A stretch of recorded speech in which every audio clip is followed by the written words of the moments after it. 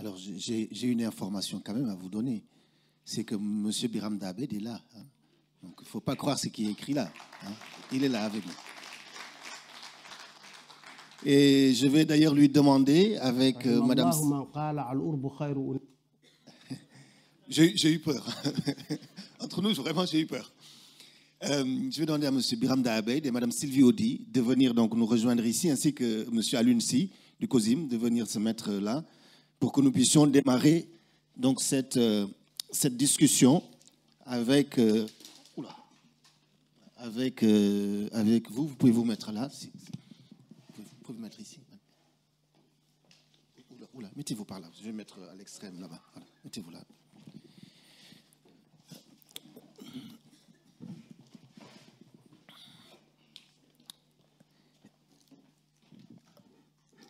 Mais est-ce que ça va?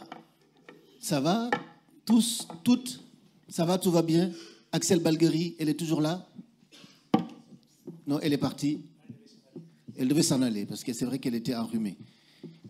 Écoutez, si ça va, alors tant mieux, hein, parce que ce film, je crois, est un film qui, effectivement, suscite beaucoup d'interrogations, des interrogations que nous allons essayer ensemble de creuser avec nos invités. Nous a rejoint Alioune Sy. Alioune Sy, je pense que vous êtes nombreux à le connaître ici. Il est le président du COSIM, le collectif des organisations de solidarité internationale et des migrations, qui réunit plus de 27 organisations qui sont dans toute notre région. Alioune Sy est directeur de ACAFI, qui est une association qui travaille dans l'intégration des étudiants ici, mais aussi dans la solidarité internationale en Afrique, si je ne me trompe pas. Et Alioune, je tiens à le dire parce que, vous savez, on ne peut pas faire un travail de mémoire si on ne reconnaît pas ce que les uns et les autres, ils apportent. Et Alioune nous a beaucoup apporté. Je disais tout à l'heure, pour ceux qui étaient là, que quand on a commencé ce travail il y a 18 ans maintenant, nous avons commencé ce travail ensemble. Nous étions jeunes étudiants. Nous étions dans une organisation qui s'appelait Africa Pact, dont il fait partie des fondateurs. Il nous a accueillis. Et malgré mon caractère tempétueux, il m'a confié des responsabilités que j'ai essayé d'assumer telles que j'étais. En tout cas, je lui dois beaucoup personnellement et je pense que nous tous qui sommes ici dans cette région, nous lui devons beaucoup. Il a une personnalité discrète et c'est tant mieux. Tout le monde ne peut pas être aussi tonitruant que Karfa Diallo et c'est tant mieux. Mais c'est quelqu'un qui est très important et je tenais à le dire. Il est donc là. Le COSIM est partenaire de cet événement, hein, comme vous le voyez sur l'affiche. Le COSIM est partenaire, il nous soutient financièrement pour que ça se fasse. Et ça mérite d'être dit parce que nous en avons très peu de soutien, malheureusement. Surtout pour une date comme ça, qui est une date qui n'est pas connue vraiment. C'est-à-dire que les autorités se disent, bon, voilà, ce n'est pas une date républicaine. Les gens connaissent le 10 mai, voilà. Mais le 4 février, ils ne connaissent pas. Voilà. Bon, vous me direz, il y a des dates qui ne sont pas des dates officielles, mais qu'ils n'hésitent pas à célébrer. Et on en a quelques-unes. Mais ce n'est pas très grave. L'essentiel pour nous, c'est de faire, et de faire avec les bonnes personnes. Et les bonnes personnes sont les personnes présentes ici avec nous, et donc c'est vous.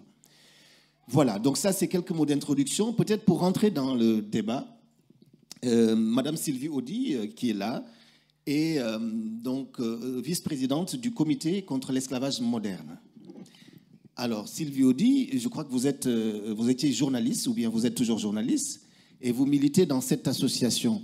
Peut-être en introduction, et pour rebondir par rapport à ce que nous avons entendu, et quel rôle la religion joue-t-elle? Est-ce que dans les publics, les victimes plutôt, que vous accompagnez, est-ce qu'il y a une forme d'idéologie religieuse qui encadre finalement l'exploitation des hommes, des femmes et des enfants que vous accompagnez? Alors, les femmes, et les hommes et les enfants que nous accompagnons viennent en fait de pays très différents, qui sont aussi bien effectivement certains pays de l'Afrique occidentale, du Golfe de Guinée, que du Maghreb, que de l'Afrique anglophone, de l'Érythrée, de tous ces pays-là, et aussi d'Inde, des Philippines, d'Indonésie, du Sri Lanka. Donc on ne peut pas dire qu'il y ait effectivement une empreinte religieuse aussi forte, mais bien évidemment elle est présente, parce que ce qui frappe beaucoup dans ces situations d'esclavage moderne, de travail forcé, d'esclavage domestique, c'est qu'en fait l'exploiteur a une emprise psychologique extrêmement forte sur la victime, et cette emprise peut être de nature religieuse. Elle ne l'est pas toujours forcément, elle l'est parce que ces personnes qui sont victimes arrivent dans un pays qu'ils ne connaissent pas et ils ignorent totalement qu'ils ont des droits. Pour eux, ils ne sont pas des sujets de droit, ils sont des objets à la merci de leurs maîtres, de leurs exploiteurs. Et donc pour nous, la chose d'abord la plus difficile, c'est de leur faire comprendre qu'en France, ils ont des droits. C'est une notion qui n'existe pas pour eux. On leur dit toujours, si vous protestez, si vous dites quelque chose, en fait, vous irez en prison parce qu'ici, c'est moi que l'on connaît. C'est moi qui ai des papiers, c'est moi qui ai des droits. Oui, donc la religion donc, peut intervenir dans un certain nombre de cas. Elle peut intervenir dans un certain nombre de cas, que ce soit des gens qui ont été soumis à des cérémonies un peu de vaudou, effectivement, et on leur dit qu'ils ne peuvent absolument pas, s'ils trahissent, s'ils quittent leur maître, ils vont être malades, leur famille va disparaître, il va y avoir des conséquences énormes, soit effectivement dans des situations où, d'esclavage domestique par exemple, où la femme n'a pas un mot à dire, où il y a effectivement une soumission à la religion et au pouvoir de l'exploiteuse. Alors, Sylvie Audy, votre organisation, le Comité contre l'esclavage moderne, a lancé il n'y a pas très longtemps une grande campagne de communication dans les rues. Moi, j'habite à Mérignac et c'est vrai que j'ai vu quelques grandes affiches qui interpellent vraiment de votre organisation. Quelle est la démarche que vous avez dans cela et est-ce que vous avez constaté une évolution dans la prise en charge des publics que vous ciblez?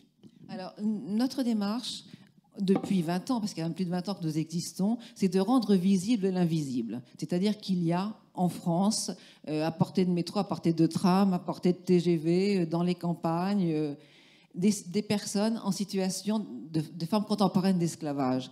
Or, ça ne se sait pas. Ça fait 20 ans que je parle de ces sujets et chaque fois, quand j'en parle, on me dit ce n'est pas vrai. Donc notre démarche est, bien sûr, de rendre visibles ces personnes invisibles, de leur donner une voix, de leur donner une image. Nous avons donc fait une campagne d'affichage importante, puisque c'était les panneaux de Co sur toute la France, qui montraient des photos de personnes qui avaient réellement été dans ces situations d'esclavage, qu'on ne pouvait pas reconnaître parce qu'évidemment on respecte leur intimité et leur droit à ne pas être exposés, mais qui avaient accepté de le faire. Et on exprimait les formes d'esclavage moderne que nous combattons, à savoir l'esclavage domestique, le travail forcé, le mariage servile, c'est-à-dire les femmes qui sont mariées pour servir de domestiques ou d'employés à une très grande famille, et la mendicité forcée. Donc, ce n'est pas la première fois que nous faisons une campagne importante. On avait fait, au début des années 2000, une campagne dans le métro parisien où on voyait effectivement uniquement un pied avec une étiquette comme celle qu'on voit malheureusement dans les morgues.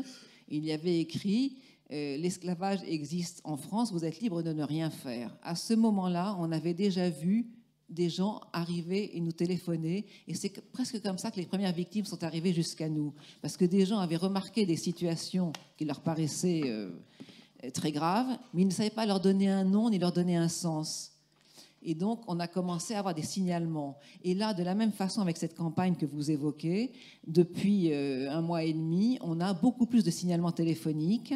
Et par exemple, la consultation de notre site internet, qui s'appelle esclavagemoderne.org, a explosé. Les gens viennent effectivement, se renseignent, parce que la sensibilisation, c'est la première façon d'aider à l'identification des victimes. Et si les victimes ne sont pas identifiées, elles ne peuvent pas être aidées, elles ne peuvent pas retrouver leurs droits, elles ne peuvent pas retrouver leur dignité, puisque nous, ce que nous faisons, c'est que nous les aidons, bien sûr, avec leurs besoins primaires, on les héberge, elles sont nourries, elles voient des médecins, elles voient des psychologues, elles ont des formations pour arriver dans la vie, mais aussi nous leur conseillons, et je trouve important que cet amphithéâtre soit celui de Robert Badinter, puisque Robert Badinter a été le premier président d'honneur du Comité contre l'esclavage moderne. Et le livre que j'ai fait en 2001, qui s'appelle Esclaves en France, était préfacé par Robert Badinter. Parce qu'effectivement, la voie que nous avons choisie, c'est la voie judiciaire. Nous accompagnons les victimes, une trentaine d'avocats et bénévoles travaillent aux côtés du comité, de façon à ce qu'elles retrouvent leurs droits devant les tribunaux. Parce que pour elles, voir la justice française reconnaître qu'il y a eu une forme contemporaine d'esclavage, c'est très important pour se reconstruire, et aussi il faut qu'elles aient de l'argent pour pouvoir que ces années qu'elles ont passées dans ces situations d'esclavage ne soient pas complètement à perte, que donc elles puissent redémarrer dans la vie, soit en France, soit dans leur propre pays, avec un pécule. Merci Sylvie Audy. Et peut-être quelques chiffres pour nous donner pour qu'on puisse voir un peu la réalité de ce phénomène.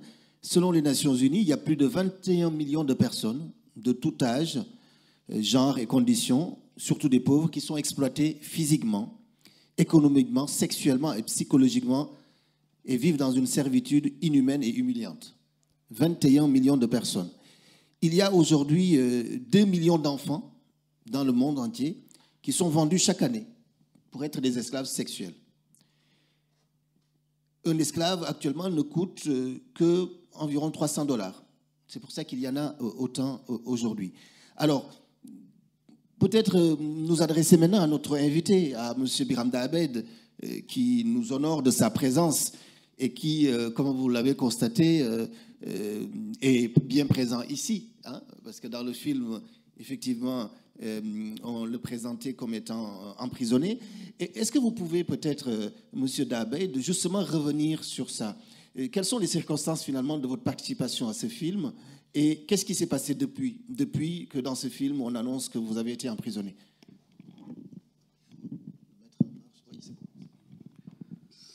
Bon, les circonstances de ma participation à ce film étaient assez difficiles parce que je venais en France, comme maintenant d'ailleurs, de manière sporadique. Et j'avais peu de temps à consacrer à mes rencontres avec Jean Chanel. Donc, de temps en temps, je pense que c'est une seule fois qu'elle a réussi, malgré plusieurs tentatives. On a réussi à se voir une seule fois. Et c'est à cette occasion qu'elle a pu me poser certaines questions auxquelles j'ai répondu ici dans le film. Bon, je pense que juste après mon voyage en Mauritanie, après mon interview avec Jean Chanel, j'ai été arrêté suite à un acte que je considère fondateur, l'un des actes fondateurs de notre lutte, qui est l'incinération des livres esclavagistes, des codes d'esclavage, qui sont considérés en Mauritanie comme, par les officiels en Mauritanie, par les groupes dominants, par les érudits, par le gouvernement mauritanien, par la constitution mauritanienne, comme la principale source de loi en Mauritanie et comme la seule interprétation officielle et acceptable de la religion musulmane, c'est-à-dire du Coran. Et ça, c'est des codes noirs, alors. C'est différent du Coran, c'est pas le Coran. Non, c'est pas le Coran. Ce sont des livres qui ont été écrits ici au Maghreb, il y a 5 à 5 siècles par des érudits issus de sultanats ou d'États et de sociétés négrières. Voilà, et c'était légitimé la traite négrière, le rapt des esclaves, la capture des Noirs, la traite des Noirs, purement et simplement. Voilà. Donc, j'ai été arrêté, et j'ai fait la prison, je suis sorti, j'ai refait encore la prison, et je suis sorti, je suis venu ici. Alors, Bon, on espère quand même que vous ne passerez pas autant de temps en prison que Nelson Mandela. Parce qu'à bien des égards, je pense que vous êtes une figure aujourd'hui qui nous rappelle cet homme-là. Vous savez que la question de la religion est une question d'actualité, d'ailleurs, ici en France et en Occident. Et finalement, ça permet peut-être de vous poser une question sur le parallèle qui peut être fait entre la traite et l'esclavage occidental et la traite et l'esclavage oriental. Et notamment du point de vue de la religion. Hein. Vous le savez, il y a un film actuellement qui est au cinéma qui s'appelle The Birth of Nations. Je ne sais pas si vous avez vu ce film, il y a quelqu'un qui l'a vu. C'est un film qui vient de sortir et je vous conseille de le voir parce que ce film est vraiment, à bien des égards, assez ressemblant, notamment sur l'utilisation de la religion. Puisque The Birth of Nations raconte l'histoire de Ned Parker. Ned Parker était un prêtre, donc afro-américain, noir, esclave, et qui a été utilisé par les négriers américains pour justement trouver et convaincre ses frères de la nécessité de se soumettre parce que c'est la loi de Dieu. Et tout le film est bâti autour de ça. Donc c'est quelqu'un qui, dans un premier temps de sa vie, va faire ce qu'on attendait de lui et qui, après, va résister. Et c'est un film qui est vraiment essentiel. Et ça revient dans ce que vous dites, finalement. À Bordeaux, par exemple, nous avons un souvenir de l'esclavage et de la traite arabe, ici à Bordeaux. Mais d'une traite et d'un esclavage que les Arabes, dont les Blancs étaient les victimes, à Bordeaux. On a à Bordeaux, du côté du quartier Saint-Pierre, un couvent, c'était un couvent qui s'appelait le couvent de la Merci. Et au XVIIe et XVIIIe siècle, ce couvent s'était fait une spécialité d'aller racheter les esclaves blancs et chrétiens et de les libérer. Au même moment où Bordeaux faisait la traite des Noirs et l'esclavage. Donc, ça permet de revenir sur ça. Est-ce que pour vous, ces deux phénomènes d'exploitation historique, l'un est un phénomène qui, en tout cas, aujourd'hui n'existe plus, l'autre continue. Est-ce que vous y voyez, finalement, des convergences et des ressemblances? Oui, je vois beaucoup de similitudes, des ressemblances et des convergences dans les deux traites, la traite arabo-musulmane et la traite atlantique. Parce que la religion a été invoquée, elle a été utilisée, elle a été instrumentalisée, non seulement pour soumettre les esclaves par un puissant argument, c'est-à-dire la volonté de Dieu, tout puissant, mais aussi la religion a été utilisée pour couper l'herbe sous les pieds des abolitionnistes, même des communautés esclavagistes, même qui sont membres des communautés esclavagistes. Je pense que, à l'instar de ce prêtre noir qui a été instrumentalisé, nous, en Mauritanie, actuellement, à l'heure que je vous parle, nous avons des détracteurs. Et l'État mauritanien nomme systématiquement parmi les 40 ambassadeurs de la République islamique de Mauritanie de par le monde, le seul ambassadeur haratin, c'est-à-dire d'origine esclave, de la caste des esclaves, de notre caste, il est nommé à Genève, au Haut Conseil des droits de l'homme. Et il est là pour apporter son témoignage contre nous. Il témoigne par son statut, par son appartenance ethnique, par sa peau. Et l'un de ses ambassadeurs, l'avant-dernier, il nous attaque rarement sur... Quand nous, on évoque la question de l'esclavage, des pratiques esclavagistes, il nous attaque rarement en démentissant ce que nous disons. Mais non. Tout de suite, son argument de choix, c'est de dire, voilà, ces gens sont les agents des sionistes, ils sont une 5e colonne contre l'islam, contre la Mauritanie islamique. Voilà, et c'est automatiquement le débat qu'il veut poser, c'est un débat entre anti-islamiques et pro-islamiques. Et nous sommes catégorisés comme les anti-islamiques et eux, l'État mauritanien, c'est l'État islamique. Voilà. Deux camps. Donc le débat, il fausse le débat. Et ça, c'est la ligne du gouvernement mauritanien. Bon, la religion aussi est utilisée pour freiner ou empêcher la fatalité démocratique et même démographique, parce que les esclaves, la communauté des esclaves est plus nombreuse que la communauté des maîtres. La communauté des Noirs est plus nombreuse que la communauté dominante arabo-berbère. Bon, mais actuellement, il y a un blogueur accusé d'apostasie. Il est considéré comme, son cas est considéré comme un cas d'espèce pour remettre tous les cadets sociaux, c'est-à-dire les groupes de caste et les groupes d'esclaves, qui veulent remettre en cause le joug de la domination de la minorité esclavagiste et raciste. Il est condamné à mort. Et la manière dont le gouvernement a orchestré sa condamnation à mort, a orchestré les manifestations qui réclament la peine de mort contre lui, ce n'est pas un message destiné aux blogueurs, c'est destiné aux autres, parce que ce qui est vraiment sanctionné dans les propos du blogueur, ce ne sont pas ces propos blasphématoires contre le prophète Mohammed, paix et salut sur lui, que tout le monde n'accepte pas, même des non-musulmans n'acceptent pas qu'on s'attaque à un prophète. Mais ce qui est attaqué dans ces propos, c'est sa tentative de remettre en cause le système des castes.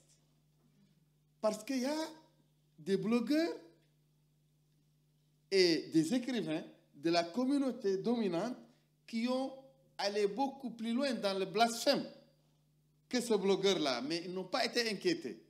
Mais pourquoi lui, il a été choisi, isolé, et l'État et les différents compartiments de la société dominante s'est acharné contre lui? Parce qu'on veut que ceux qui veulent se rebeller contre le système de caste et le système d'esclavage sachent qu'ils vont passer par ce chemin. Ils veulent lui appliquer une punition exemplaire,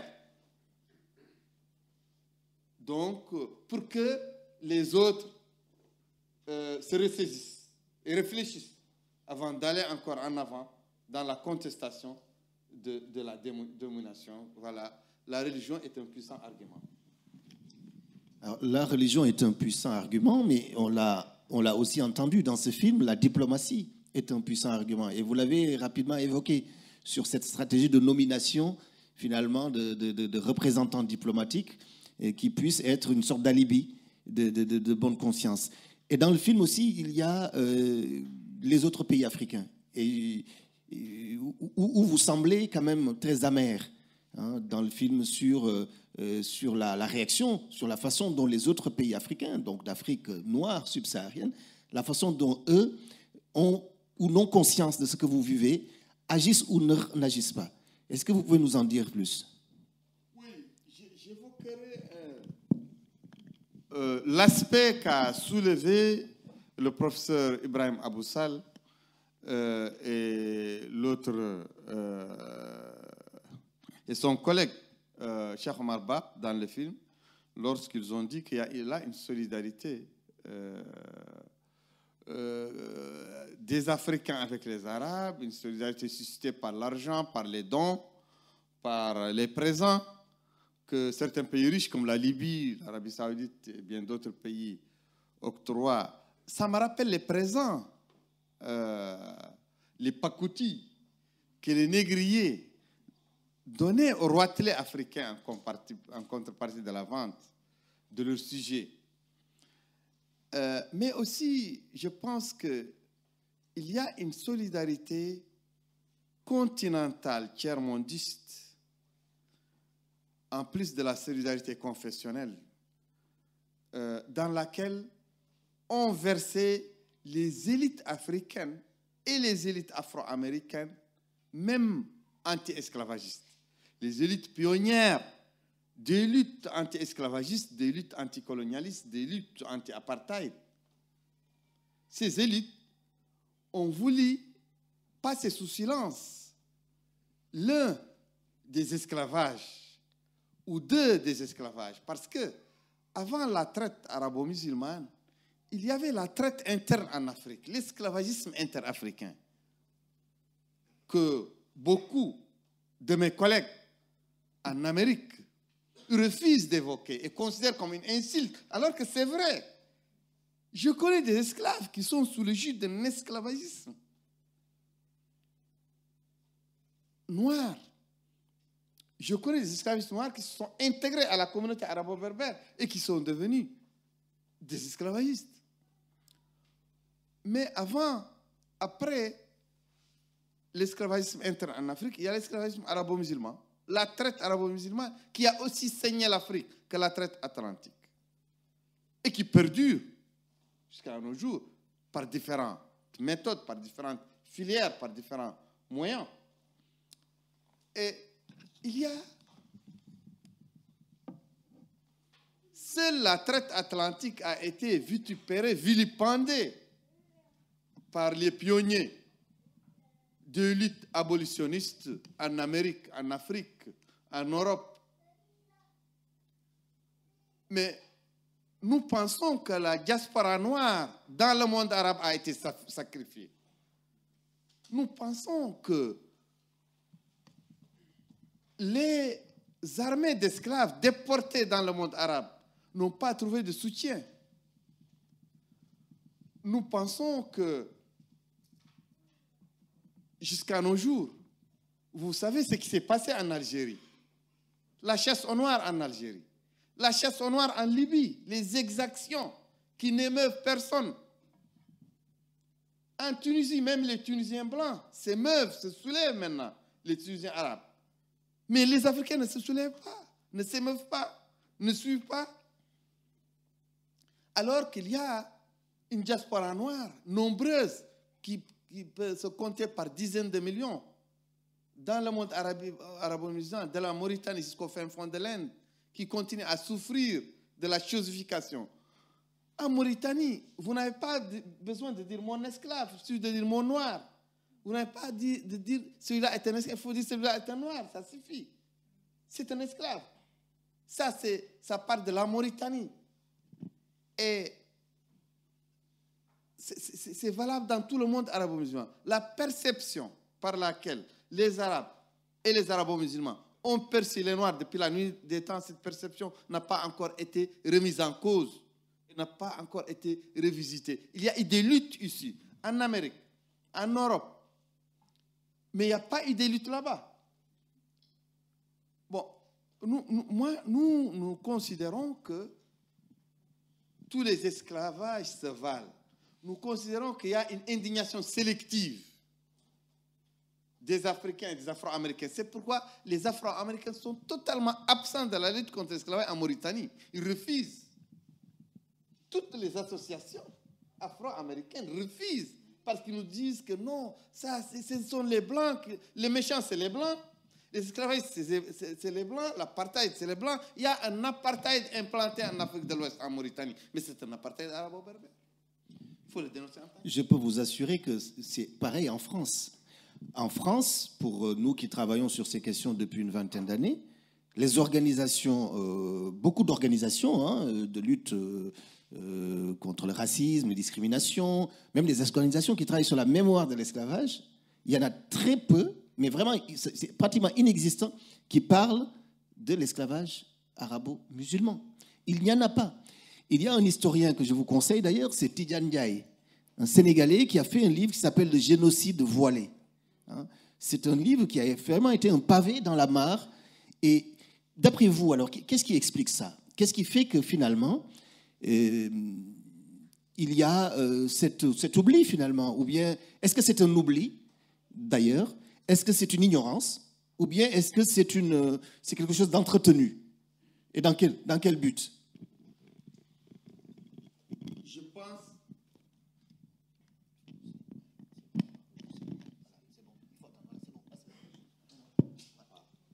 Je pense qu'au début, c'était une stratégie des pères fondateurs d'unir le maximum de peuples contre le blanc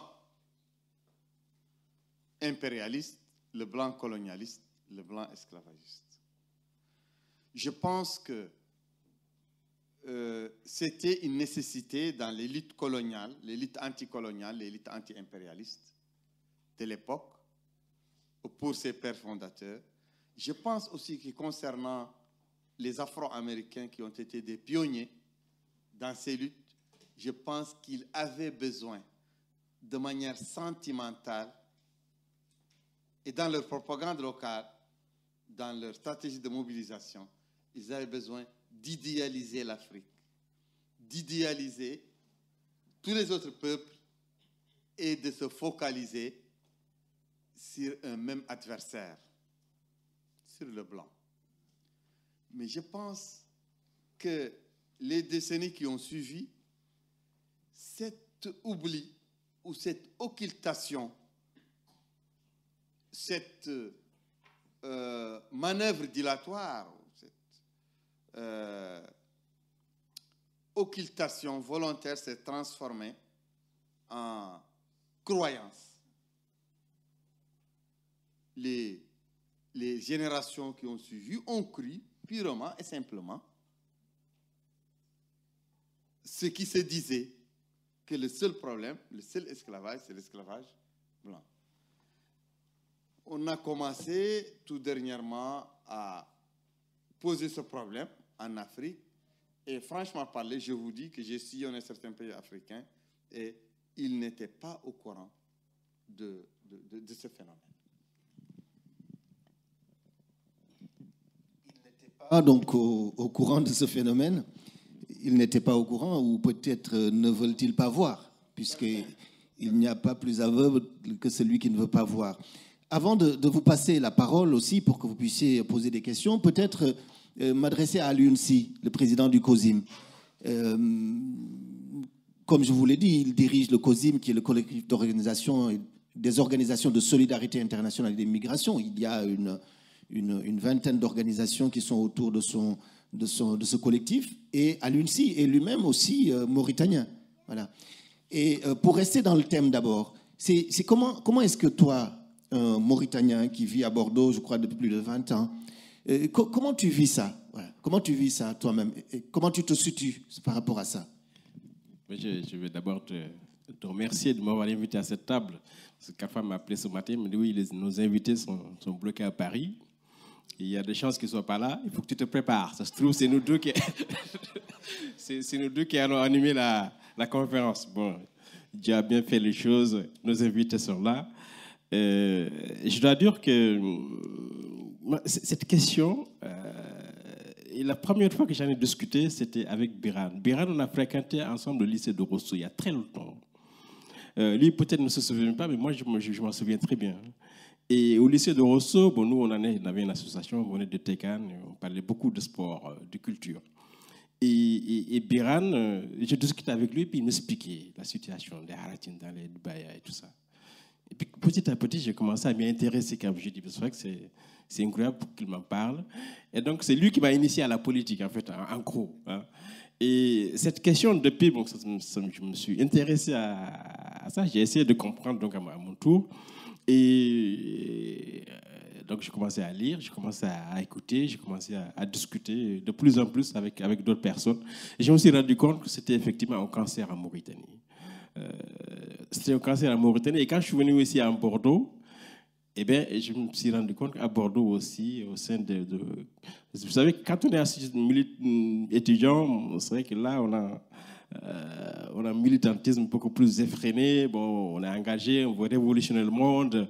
Et avec Karfa et bien d'autres amis qui, aujourd'hui, certains sont en Mauritanie, d'autres un peu partout, bon, on a commencé à travailler sur la mémoire de l'esclavage en Mauritanie, sur le rôle, sur l'impact de l'esclavage positif à Bordeaux, et pourquoi Bordeaux était fermé à cette question-là. Et puis, Donc, je me suis dit, mais finalement, cette question d'esclavage transatlantique, qui quand même effectivement a fait la richesse de Bordeaux, doit aussi nous interpeller quelque part et puis peut-être nous amener aussi à continuer à réfléchir sur ce qui se passe dans nos pays d'origine. La Mauritanie, c'est un pays qui est très compliqué. Parce qu'il y a effectivement l'esclavage qui touche aujourd'hui directement les Haradines, mais il y a aussi des populations négro-africaines qui sont alpulares, qui sont soninké, qui sont bambara, qui ont aussi des sociétés qui sont stratifiées en esclaves, en forgerons, en pêcheurs, en torobé, etc., etc. Et c'est à peu près la même stratification chez le Maure. Ce qui, aujourd'hui, en Mauritanie, on vit presque une entente oligarchique. C'est-à-dire qu'au niveau des dirigeants, les Torobé, qui aujourd'hui sont à peu près le même niveau social que les Maures qui sont esclavagistes, osent aussi, à un certain moment, pratiquer cet esclavage-là. Et du coup, c'est très difficile de parler de l'esclavage, et j'aimerais que Biran en parle. Je pense que si aujourd'hui, la question de l'esclavage est devenue une question très difficile à traiter, et puis surtout qui perdure, c'est parce que aussi, quelque part,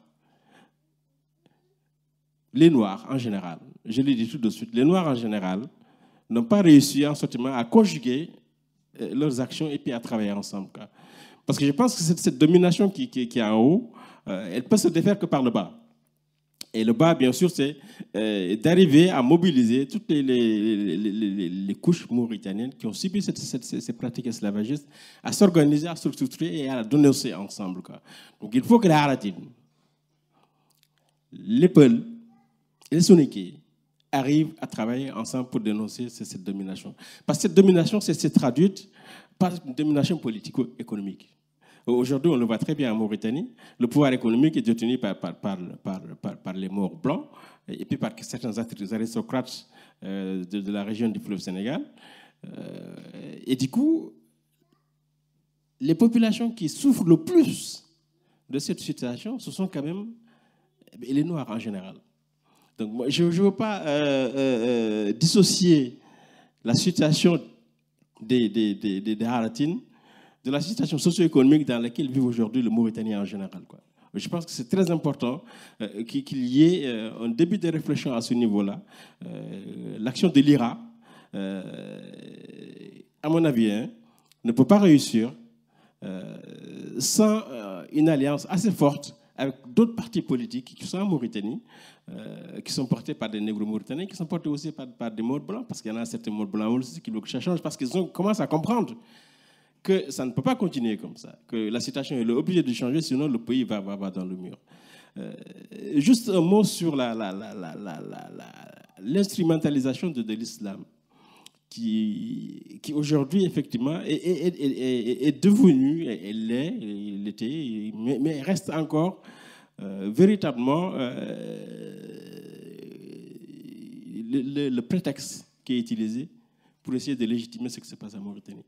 Et ça, il faut que ça se passe. Bon, je suis issu d'une grande famille maraboutique qui pratique, donc je sais de quoi je parle. Ça, c'est aussi très, très, très important. Biran, c'est juste une petite question à Biran, parce que j'aimerais quand même que... Parce que bon, l'IRA, c'est un mouvement qui est très important aujourd'hui. Donc, c'est un mouvement qui est issu de la société civile.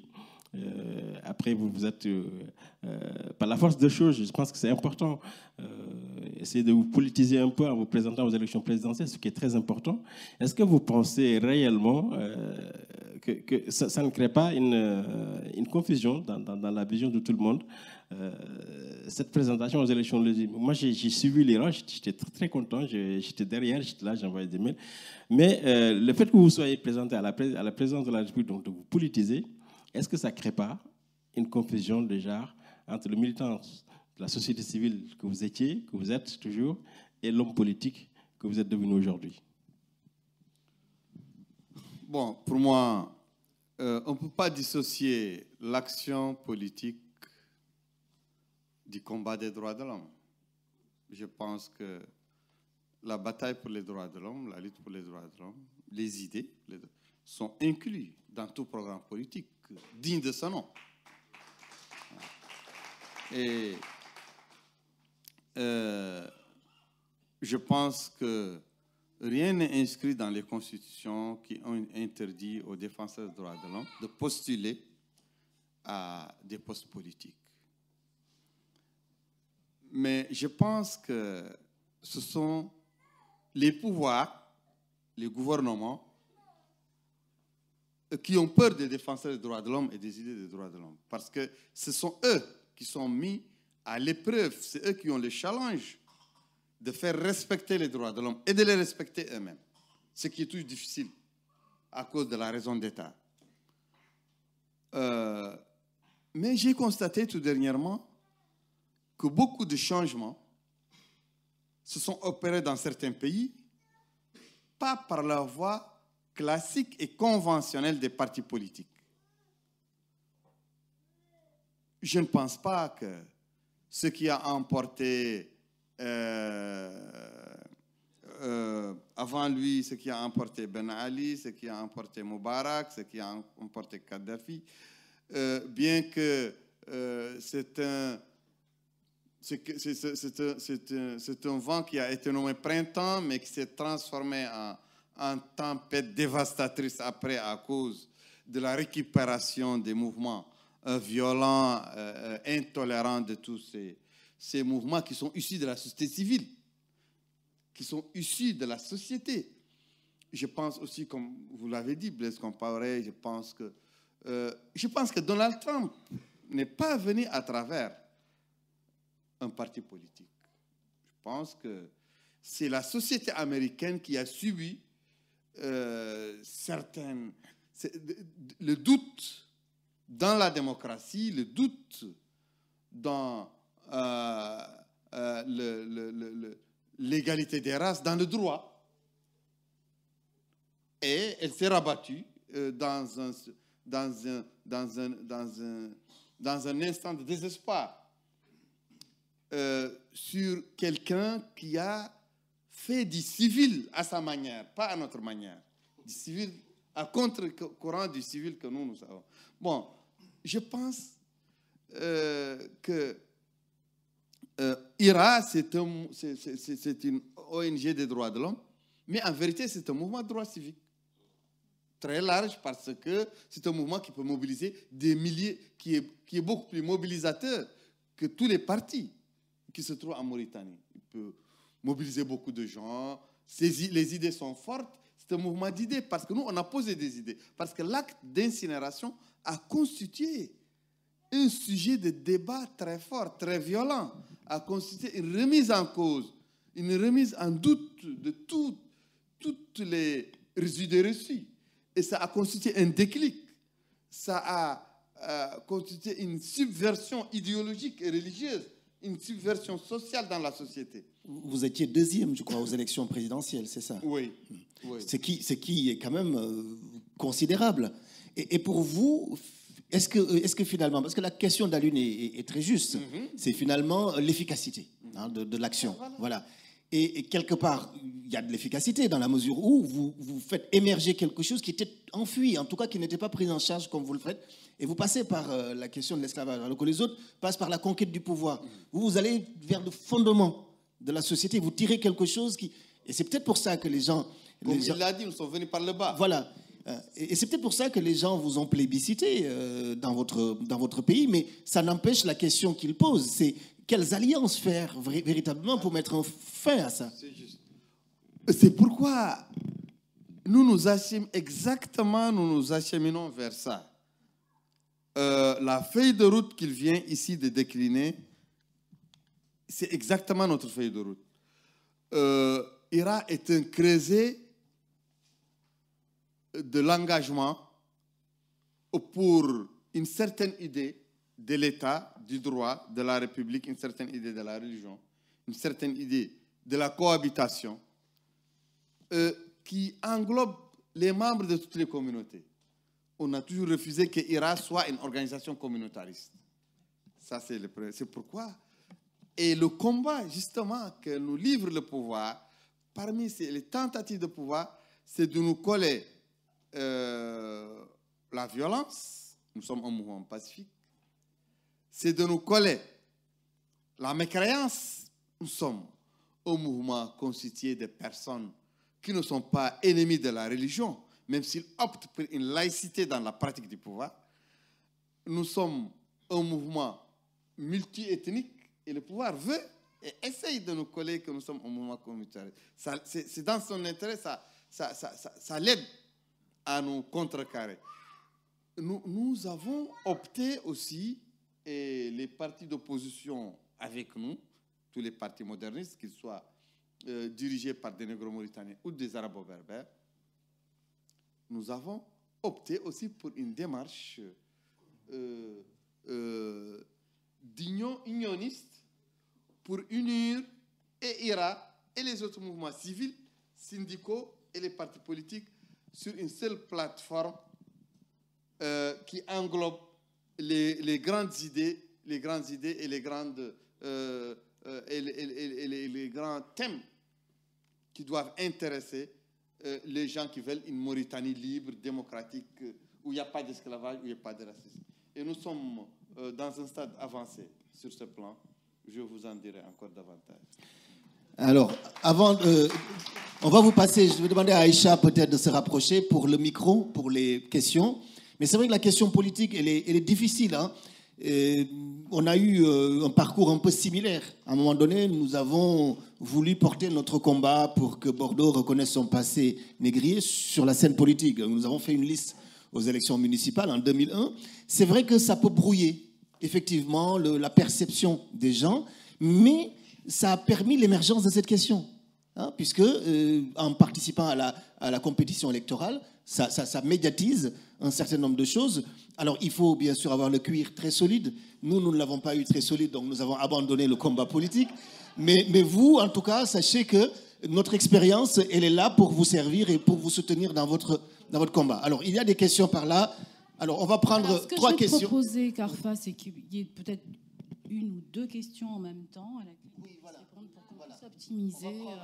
Il y a 3 mains qui se sont levées. Alors, ici et là. Voilà, donc tu en donnes à 2 dans un premier temps.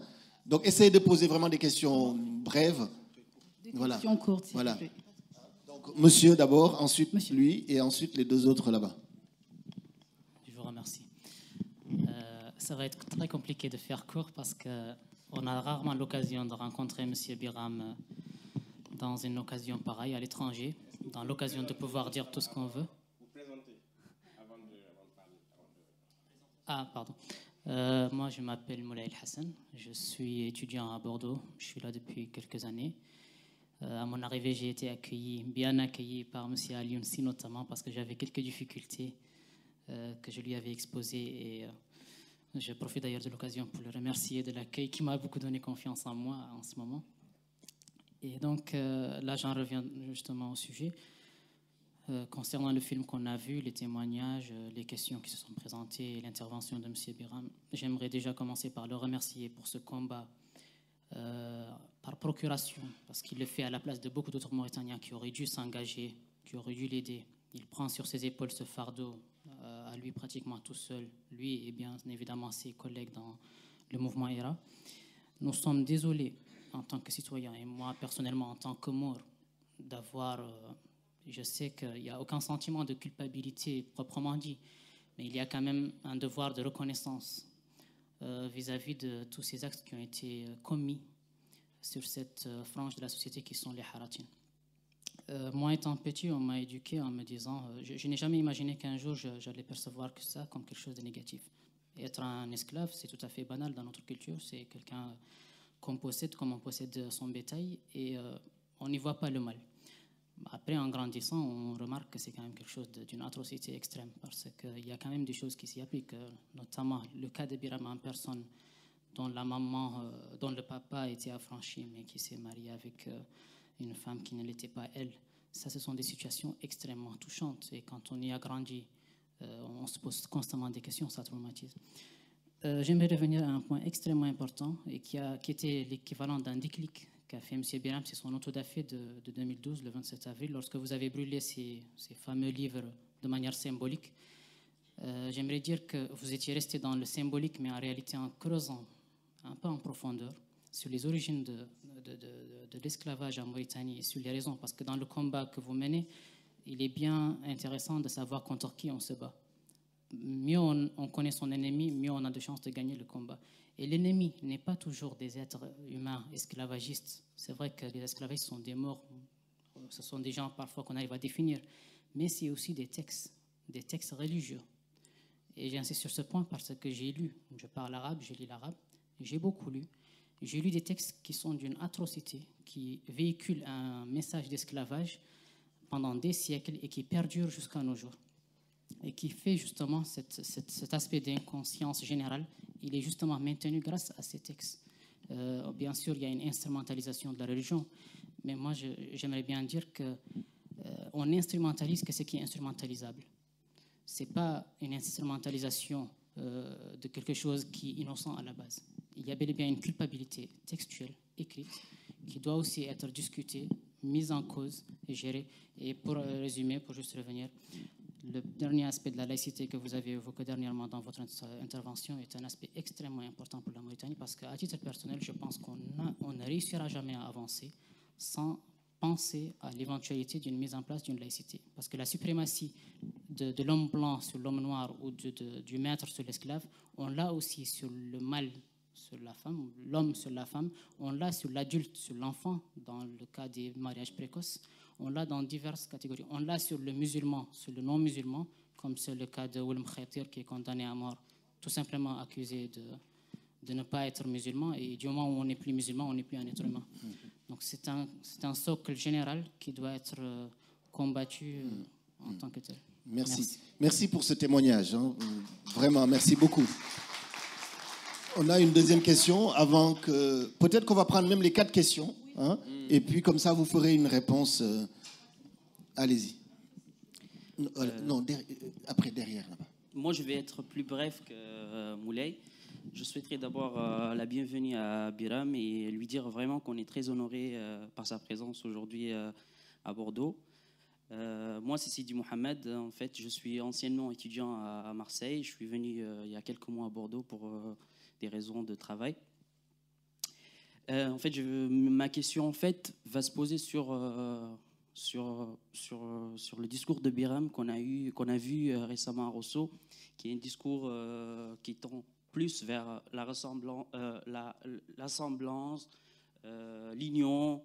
On a senti en fait un certain apaisement, une certaine douceur dans le discours de Biram après sa sortie de prison. Je souhaiterais juste savoir quelles sont les prochaines étapes de Biram, que ce soit au niveau d'IRA et aussi au niveau politique aussi. Quels sont vos projets, quelles sont vos préparations pour 2019? Donc encore merci Biram et très honoré de votre présence.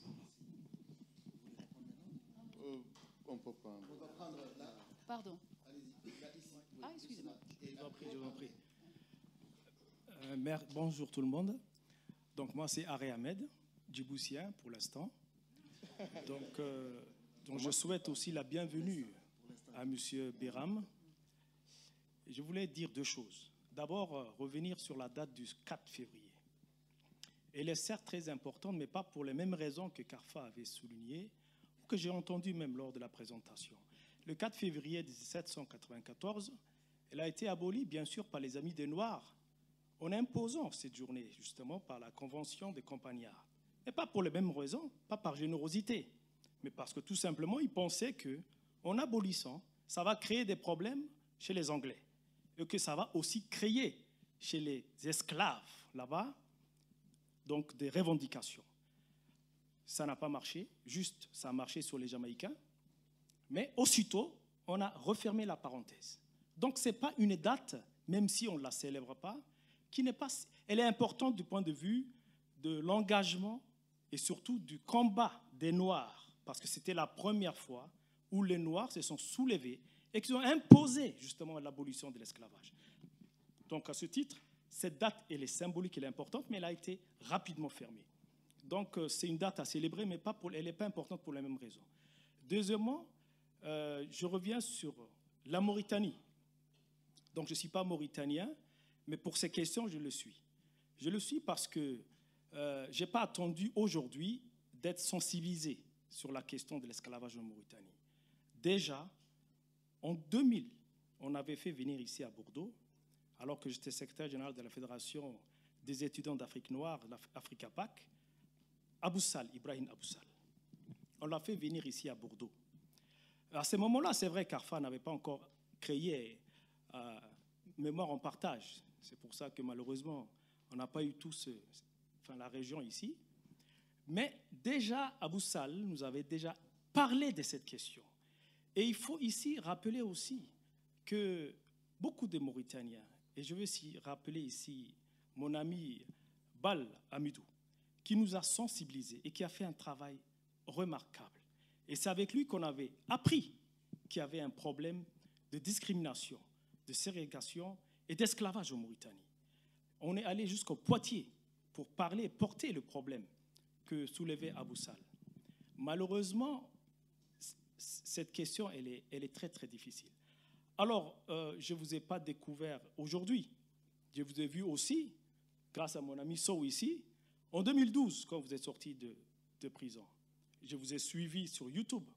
Donc, je suis assez sensibilisé. Alors, j'ai aussi des questions, parce que je suis de formation politologue aussi, et je me suis intéressé sur ces questions d'étatisation et des partis politiques aussi. Et je sais qu'en Mauritanie, la question, elle est complexe, très difficile. Ibrahim Aboussal, qui est historien aussi, nous a édifié sur la difficulté de mener une convergence de lutte en Mauritanie. Alors, vous avez été décoré, vous avez eu un prix aux Nations Unies, je crois que c'était en 2013, une année avant que vous portiez candidat aux élections présidentielles. Pourquoi Biram? Pourquoi le phénomène Biram? Pourquoi toi et pas les autres? Parce que ce combat a été porté aussi avant vous. Est-ce que c'est parce qu'il y a une certaine légitimité, le fait que vous soyez issu de cette communauté, Haratine, puisque l'esclavage essentiellement touche les Haratines? En 89, il s'est passé une tragédie en Mauritanie. Il y a eu beaucoup de Noirs qui ont été exclus. Il y a eu quand même, on peut parler, tout en faisant très attention aux mots utilisés. Un génocide. Donc, beaucoup de Mauritaniens se retrouvent au Sénégal et ailleurs et qui ne sont jamais retournés. Et je sais que vous avez fait un travail aussi autour de cette question.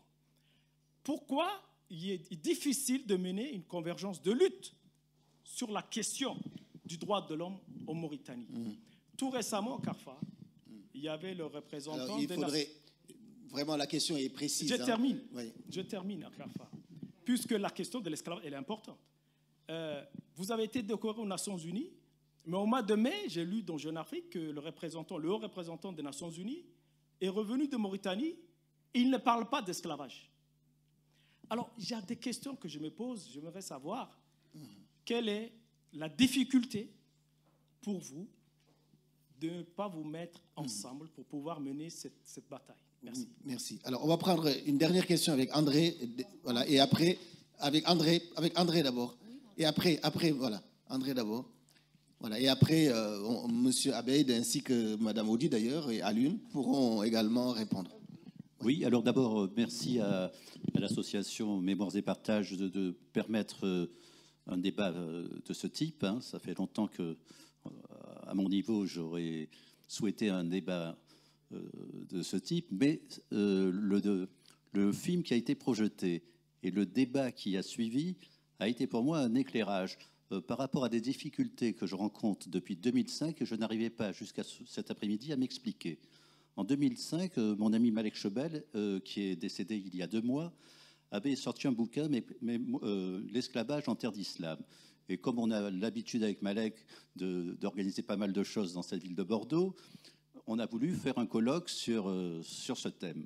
Et ça fait 12 ans qu'on se heurte à des difficultés et on n'arrive pas à tenir ce colloque. Il y a toujours quelque chose qui a cloché pour éviter ce colloque. Aujourd'hui, ça m'apparaît beaucoup plus clair. Je sais pourquoi on n'arrive pas aujourd'hui à tenir ce colloque dans cette ville. Les débats qui ont suivi le film m'ont complètement éclairé. Je vous remercie parce qu'aujourd'hui, maintenant, je comprends pourquoi ces non-dits, parce qu'on ne nous dit jamais clairement les choses, mais maintenant, j'ai absolument compris Pourquoi il est impossible, alors que sur tous les autres sujets évoqués par Mike Chobel, on a pu tenir beaucoup de manifestations, de débats, celui-ci, impossible. Merci André.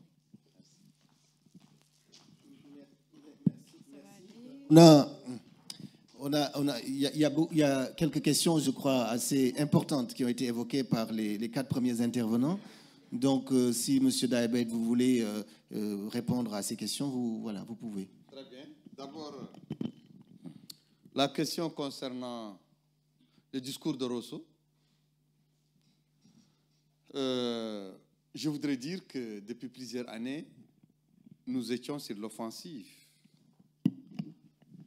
On a été en offensive systématique contre le pouvoir en place et tous les symboles de domination esclavagiste raciale.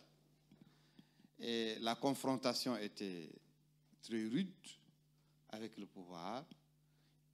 Ira était interdite tout de suite. Il y a eu des dizaines de procès qui ont été intentés à l'organisation, aux membres de l'organisation, aux dirigeants de l'organisation, à raison de 2 ou 3 procès par année. Il y a eu des dizaines de membres de l'organisation qui sont allés en prison, parfois 1 fois, 2 fois, 3 fois, selon les personnes, 4 fois. Moi-même, j'étais allé 3 fois en prison. Et il y a eu tous ces décorations, ces distinctions internationales. Il y a eu aussi cette reconnaissance interne pour nous, avec cette mobilisation très forte des populations des villes et des campagnes en Mauritanie. Aussi, ces derniers temps, il y a eu la fameuse affaire qui a amené 13 de nos membres dans les prisons mauritaniennes qui ont été condamnés à des peines allant de 3 à 15 ans de prison. Il y a aussi une bataille très, très rude qui a été menée autour de cette affaire. Et franchement parler, on a gagné l'assentiment des gens, des populations et de beaucoup de compartiments de la société. Notre message a été entendu. Et je pense que certains pouvoirs, comme le pouvoir en Mauritanie, veulent et préfèrent toujours les situations de confusion, de désordre et de violence pour reproduire leur pouvoir d'une manière ou d'une autre, pour freiner le changement, pour imprimer à la lutte entre l'arbitraire et l'injustice une lutte ethnique, entre ethnies, une lutte entre groupes. Et nous, notre devoir, notre conscience, notre responsabilité nous impose de faire échouer ces tentatives du pouvoir. Moi, j'avais déclaré après 6 mois d'absence, au cours desquels, au cours de ces mois, j'ai mené une campagne très forte, très offensive contre le pouvoir, qui a fini par isoler le pouvoir en Mauritanie. Il y a eu beaucoup de condamnations qui ont émané de partout, de toutes les ONG, des droits de l'homme, des organismes gouvernementaux, des États démocratiques. Et à l'occasion de mon retour, le pouvoir qui a été très affaibli, qui a été obligé de libérer les prisonniers, en tout cas la majorité, il ne reste que 2, était en train de concocter une manière de créer la controverse, de faire croire aux Arabo-Berbères qu'ils sont visés, que ce n'est pas l'esclavage qui est visé, que ce n'est pas l'arbitraire qui est visé, que c'est une communauté qui est visée. Et il voulait susciter que les Arabo-Berbères redeviennent autour du pouvoir, construisent autour du pouvoir un bouclier de défense. Et ça va se transformer en une confrontation ethnique. Et moi, mon devoir est de faire échouer ça. Cette stratégie du pouvoir. C'est pourquoi mon discours a été un discours qui est cette fois-ci adressé aux Arabo-Berbères, aux groupes dominants, qu'ils ne sont pas visés, qu'ils ne sont pas dans notre collimateur. Au contraire, qu'ils sont, pour nous, qu'ils sont des compatriotes comme tous les autres et que le changement que nous visons est un changement qui est à leur faveur.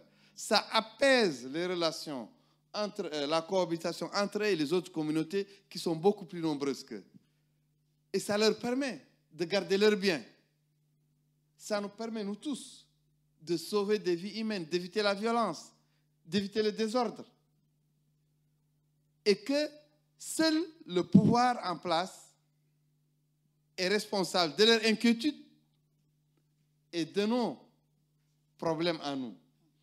C'est un discours dans ce sens, c'est un discours qui a, je pense, c'est le discours, le contexte m'impose et la responsabilité m'impose et mon militantisme non violent m'impose d'agir de cette manière. Concernant notre projet futur, toujours IRA est dans la même lancée de la lutte pour les droits de l'homme. Et je pense aussi que moi, je vais aux élections présidentielles en 2019 et je vais y aller dans un front. Maintenant, je vais attaquer la deuxième question. Je vais aller dans un front où toutes les personnes sont unies, tous les concitoyens sont unis, où il y aura plusieurs partis politiques, plusieurs mouvements civils, plusieurs syndicats qui vont appuyer cette candidature qui n'est pas la candidature de Biram, qui n'est pas la candidature de Hratin, qui est la candidature d'un État mauritanien fondé sur le droit, l'égalité de tous, la cohabitation entre tous, le respect des droits. Voilà, et pour ceci, nous, on a déjà travaillé parce qu'à IRA, comme je l'ai dit auparavant, c'est un creuset pour tous.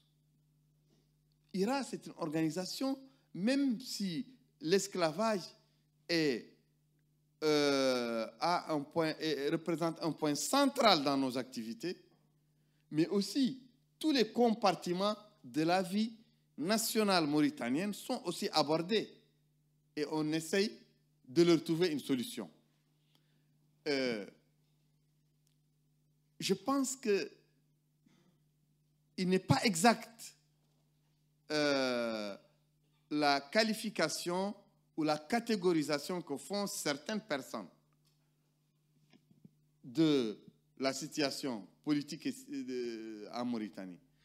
IRA n'est pas pour... Les gens qui disent IRA, c'est pour les Hratin, AJDMR, c'est pour les tout couleurs. Voilà, c'est faux. IRA n'est pas pour les Hratin. En voyant sa configuration,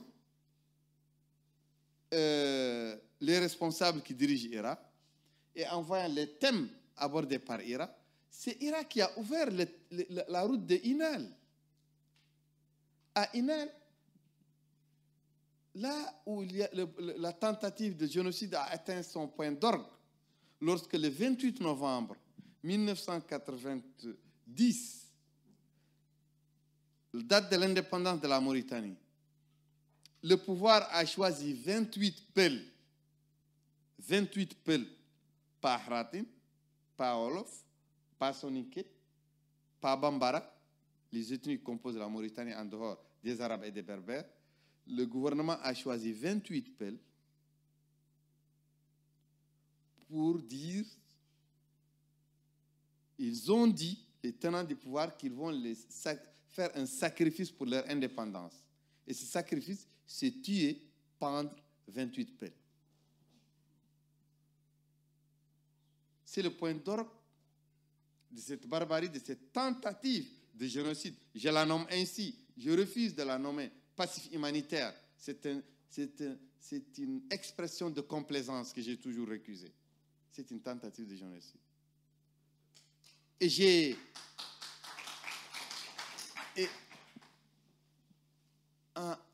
le 28 novembre 2011,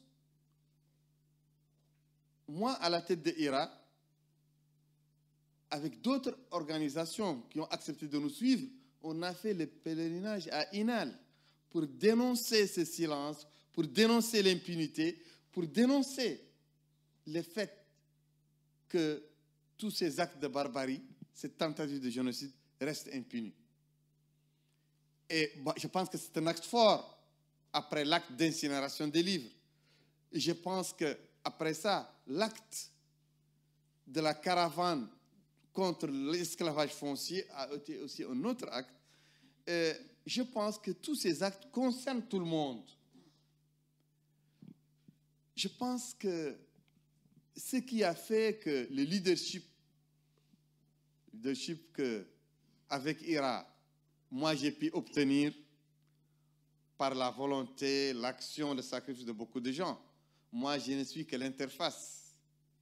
Il y a beaucoup de gens qui se sacrifient, hommes, femmes, jeunes, vieux, à l'intérieur de la Mauritanie et à l'extérieur de la Mauritanie. Mais le leadership que nous, on a pu imposer, d'autres n'ont pas pu l'avoir pour deux raisons. Il y a eu l'organisation des Flammes d'Ibrahim Abou Sal qui a commis deux erreurs fondamentales pour moi. Prenez la lutte armée et choisir l'exil. Je pense que ce sont deux choix mortels. L'exil vous coupe des populations de l'intérieur du pays et la lutte armée vous coupe de la légitimité et du soutien international. Oui. Non, écoutez. Même, non. Moi, je pense que le choix de la lutte armée a précédé l'expulsion. C'est dans le manifeste du Négro-Mauritanien opprimé qui a été écrit avant, en 1986, avant qu'ils ne soient arrêtés pour être expulsés. L'exil, pour moi, ils ont été libérés des prisons. Après, ils ont choisi l'exil. Je comprends que s'ils sont menacés d'être emprisonnés, ils peuvent s'exiler. Ceux qui sont expulsés, ce sont les populations.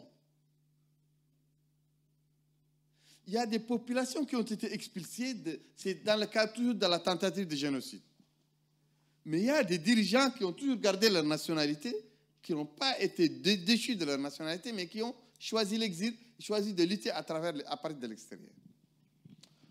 Il y a aussi des mouvements fondateurs anti-esclavagistes qui sont dirigés par des haratin, des membres de la communauté d'esclaves et des anciens esclaves. Le mouvement Al-Hur, qui a été fondé par Mohamed Yahya Sire, qui était en train de parler maintenant, qui s'est exilé. Et d'autres de ses collègues qui sont maintenant des chefs de parti là-bas, qui sont des chefs d'ONG. Ils n'ont pas choisi l'exil, ces derniers, mais ils ont fait un autre choix qui a été mortel. Ils ont choisi de souscrire aux limites de l'action et de la pensée que leur a imposé le système. Ils ont accepté une nationalité ou une communauté par décret, par exemple. Le pouvoir leur a dit, on vous donne un parti politique, mais vous acceptez que vous êtes des Arabes. Vous ne dites pas que vous êtes des Haratin. Ça, c'est un.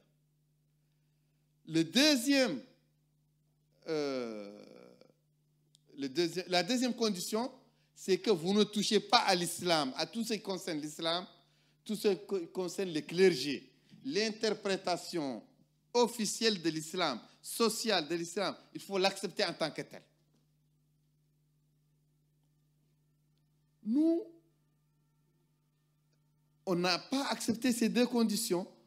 On n'a pas accepté encore une autre condition, c'est que quand le pouvoir interdit une organisation ou un parti politique, il abandonne. Parce qu'il y a assez qui a été interdite. Les dirigeants haratin anti-esclavistes ont accepté l'interdiction de AC, ils ont choisi un autre parti. Ce parti a été, même le pouvoir a refusé de le reconnaître, et le pouvoir leur a dit il faut rejoindre une mouvance arabophile. Et comme ça, vous faites la politique là-bas, ils l'ont accepté. Je pense que c'est ce qui les a empêchés de décoller.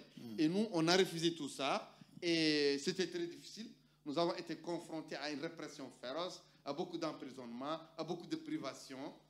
à beaucoup de diabolisation. Mais ça a donné.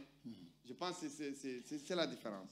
Alors, il est 19h moins 3 et on a la salle ici jusqu'à 19h30. Et comme vous le savez, nous allons remettre à M. Biram Da Abeid le prix Mémoire partagée et on vous invite également à un petit pot. Donc, on va prendre 3-4 autres questions, mais vraiment brèves. Ce n'est pas des commentaires. Voilà, si vous faites des commentaires, je vais être obligé de vous couper. Une question brève et rapide. D'accord. Et réponse brève, bien évidemment. Bonsoir. Comme tous mes collègues, je tiens à remercier le conférencier Biram. Je le remercie de s'être déplacé à Bordeaux. Et vraiment, c'est important. C'est la première fois de le voir. Et je suis mauritanien. Tout ce qui a été dit, ça donne la chair de poule. Bon, après cela étant dit, ma question, je voulais savoir, premièrement, quel bilan vous pouvez tirer, on va dire, de vos tournées africaines, parce que j'ai vu que vous êtes allé jusqu'en Côte d'Ivoire. Et comme l'a rappelé, ça a été évoqué à un moment donné, est-ce que c'est un oubli volontaire ou pas? Moi, je peux juste faire le témoignage que beaucoup d'Africains ignorent ce qui se passe en Mauritanie. Voilà. Donc, je voulais savoir, vous, à titre personnel, quel bilan vous en faites. Et la deuxième chose, par rapport à votre combat, qui est le combat pour la justice et l'égalité, je pense que la situation, même ici à Bordeaux, se résume bien. Ça fait 10 ans, plus de 10 ans que je suis là. Et jusqu'à présent, je n'ai pas vu un étudiant qui soit ici de la communauté Haratine à Bordeaux. Donc voilà, c'est tout ce que je voulais dire. Merci beaucoup. On va prendre le monsieur, oui. Donc bref. Hein. Oui, bonjour, moi c'est Mohamed Li. Je tiens à vous remercier, M. Biram, d'être venu ici à Bordeaux. Il y a juste 2 petites questions. La première, c'est votre intervention, ou bien votre avis par rapport aux récents propos d'un journaliste sénégalais qui s'appelle Mamadou Sy Tounkara, en disant, bon, moi je lui donne raison, après c'est mon point de vue. Vous combattez contre l'esclavage, donc vous approuvez pour la liberté. Donc il disait, dans tous les pays qui ont été, dont il y a une partie du peuple qui a été victime de l'esclavage, cet esclavage a été aboli ou bien a été largué suite à certains mouvements. Il y a eu des morts. On va parler d'Afrique du Sud, des États-Unis. Et là, tout à l'heure, vous avez parlé aussi du printemps arabe, les Tunisiens pour libérer Ben Ali ou bien pour se débarrasser de Ben Ali. Il y a eu des mouvements, il y a eu des morts et tout ça. Est-ce qu'aujourd'hui, vous croyez, surtout avec votre dernier discours à Rosso, un discours d'apaisement, vous croyez aujourd'hui en Mauritanie, il peut y avoir un changement sans vraiment un vrai mouvement, sans vraiment verser du sang? Et juste une petite autre question, c'est par rapport aujourd'hui à votre statut. Parce que moi, aujourd'hui, je ne sais pas si je vais définir Biram comme en tant qu'un homme d'ONG qui lutte contre l'esclavage ou un politicien. Croyez-vous pas votre combat politique, votre statut d'homme politique va superposer à un moment, va être au-dessus de votre statut d'un combattant, bien de lutte contre l'esclavage? Merci. Alors, on va prendre une question avec madame. Là, il y a une autre question. Non, ceux qui ont déjà pris la parole, je suis désolé.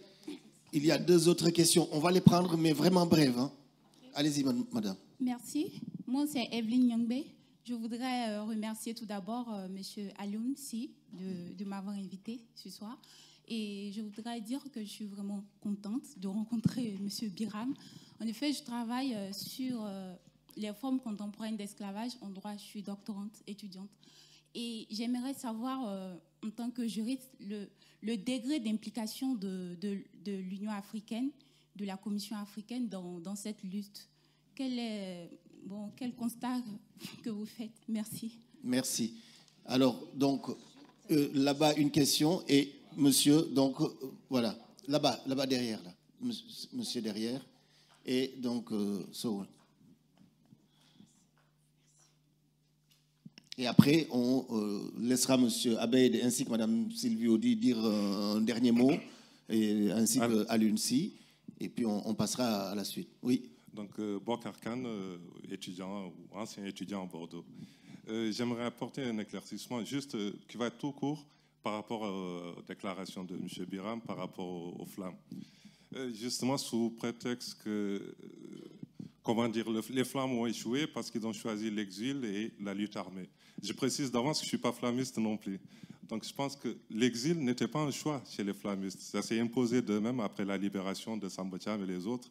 On était dans un contexte très difficile en Mauritanie où le pouvoir avait, disons, le pouvoir militaire était très, comment dire, était très féroce à l'époque, qu'il n'y avait aucune possibilité d'avoir un mouvement à l'intérieur de la Mauritanie. Je pense même que l'Iran n'aurait pas pu exister à cette époque-là. Donc l'exil était la seule solution. Donc la lutte armée, ça se discute. Ça peut être un choix qui peut marcher ou pas. Mais je veux dire, si l'Iran a pu exister aujourd'hui avec toute cette notoriété, et pourvu que ça dure, c'est parce qu'un travail a été fait au préalable. Un travail des flammes, d'autres organisations, qui ont pu faire un apaisement dans la société, je veux dire, qui ont pu quand même, comment dire, intervenir sur le plan international afin que les yeux se tournent sur la Mauritanie. Donc, IRA, s'il existe aujourd'hui, c'est grâce aussi au travail préalable d'autres. Je pense, comme on dit, voilà, un peuple se libère aussi. Donc, des fois, le choix de la lutte armée, c'est un choix. Bonsoir à tous. Moi, je m'appelle Sow Mohamedou, Mauritanien résident à Bordeaux. Je remercie CARFA et son association d'avoir organisé cet événement et remercie aussi M. Biram. Et ma première question porte sur la date de la célébration de l'indépendance. On sait aujourd'hui que c'est une date qui divise. Même nous, à Bordeaux, ici, on ne sait pas si on doit faire la fête ou commémorer. Biram Da Abeid, président en 2019. Est-ce que vous maintenez cette date ou qu'est-ce que vous proposerez? Et ma deuxième question porte sur les élections. Vous y êtes allé au moment où l'opposition classique avait boycotté, tout le monde avait boycotté l'élection. Et pourquoi avoir choisi à ce moment-là d'y aller? Et merci. Merci. Alors, M. Dahabed, il faut qu'on finisse là dans 5 minutes pour passer à l'autre phase. Okay. Bon, donc je vais passer très vite. Je ne sais pas. Oui, le bilan de la tournée africaine était positif. Surtout que beaucoup d'ONG, la société civile africaine et les journalistes africains ont joué un rôle important depuis lors.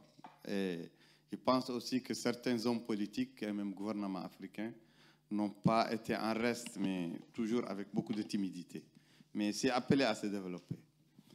L'autre question, c'est... Non.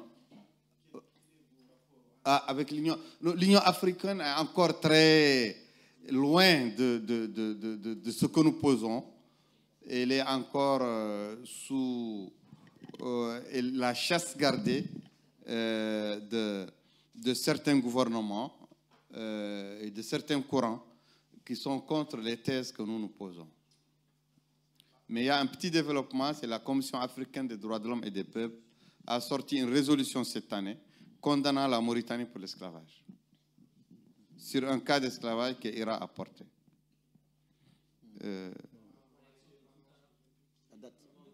Non, avant vous, il y a...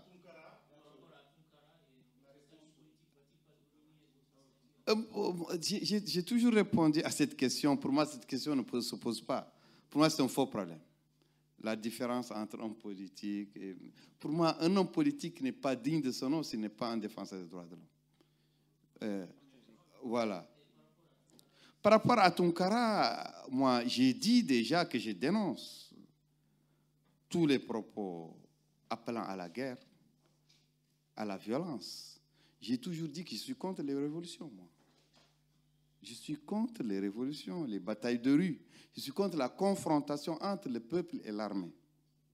Je suis contre toute démarche qui va coûter la vie, même une seule vie. Et ça, c'est la position de l'Irak. Je pense que moi, je suis toujours accueilli au Sénégal. J'ai toujours tenu des propos et fait des interviews aux médias sénégalais. Le gouvernement mauritanien, le chef de l'État mauritanien a toujours protesté auprès du chef de l'État sénégalais. Et le chef de l'État sénégalais a toujours dit que c'est dans le cadre de la liberté de la presse et que le Sénégal est un pays avec des lois et que lui, il ne peut pas enfreindre le droit, même si lui, en tant que chef d'État, il n'a aucune relation avec moi. je pense que les relations entre la Mauritanie et le Sénégal sont des relations très sensibles. Je pense qu'une fermeture de la frontière une journée, ça remet en cause la vie normale de beaucoup de foyers en Mauritanie. Je parle des deux pays. Je parle des deux pays. Et ici, dans cette frontière, au-delà des deux frontières. C'est des relations très sensibles. Et nous sommes, nous, en Mauritanie, nous avons à la tête de l'État un gouvernement irresponsable et une personne irresponsable qui est prête à tout pour créer le désordre, pour se maintenir au pouvoir. Et je ne suis pas d'accord avec des propos irresponsables qui peuvent vraiment envenimer la situation. C'est mon rôle de le jouer en tant que personne contre la violence, en tant que dirigeant de mouvement contre la violence. C'est mon rôle à jouer en tant qu'aussi responsable qui aime et le Sénégal et la Mauritanie. Bon, je ne sais pas si c'est clair, mais je ne soutiendrai jamais les propos de Tunkara ou de quelqu'un d'autre qui appelle à la violence, même s'il est anti-esclavagiste. Il n'y a pas un marché à faire. Pas un marché à faire. Alors, sur le 28 novembre? Sur le 28 novembre, pour moi, ne peut pas être une date dans laquelle tous les Mauritaniens vont se retrouver dans la quiétude, dans le bonheur, dans l'espoir.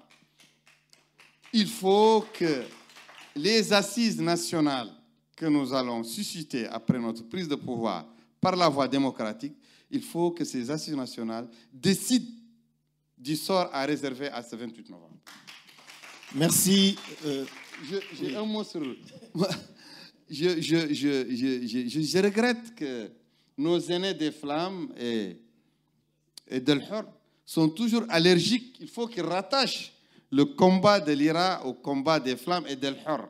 Hur, c'est un mouvement anti-esclavagiste. Mais nous ne sommes pas redevables à ces mouvements, en quoi que ce soit.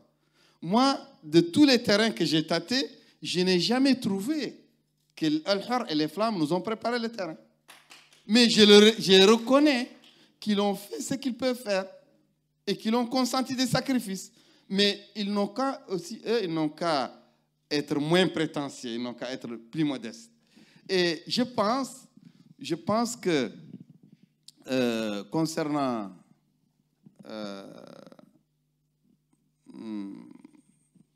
ça m'échappe ici, quelque chose d'important. Nous abusons de votre énergie parce qu'on vous demande beaucoup depuis... Il est arrivé quand même à 6h40 à Orly. Alors, écoutez, nous vous remercions, monsieur Biram Da Abeid. Merci beaucoup. Merci beaucoup. Merci beaucoup d'être là. Patrick. Monsieur, si les gens pensent que le combat de Irak est facile, Irak qui a connu des emprisonnements, des tortures, les gens sont privés de travailler, sont privés de gagner leur pain. Les femmes sont matraquées. Mais vraiment, ce n'est pas une promenade de santé, la bataille de Irak.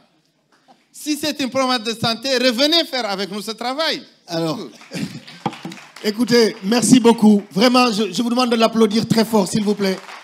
Et puis, je vous demande de vous rapprocher tous parce qu'on va lui remettre le trophée mémoire partagée. Donc, notre président Patrick Serre va lui remettre...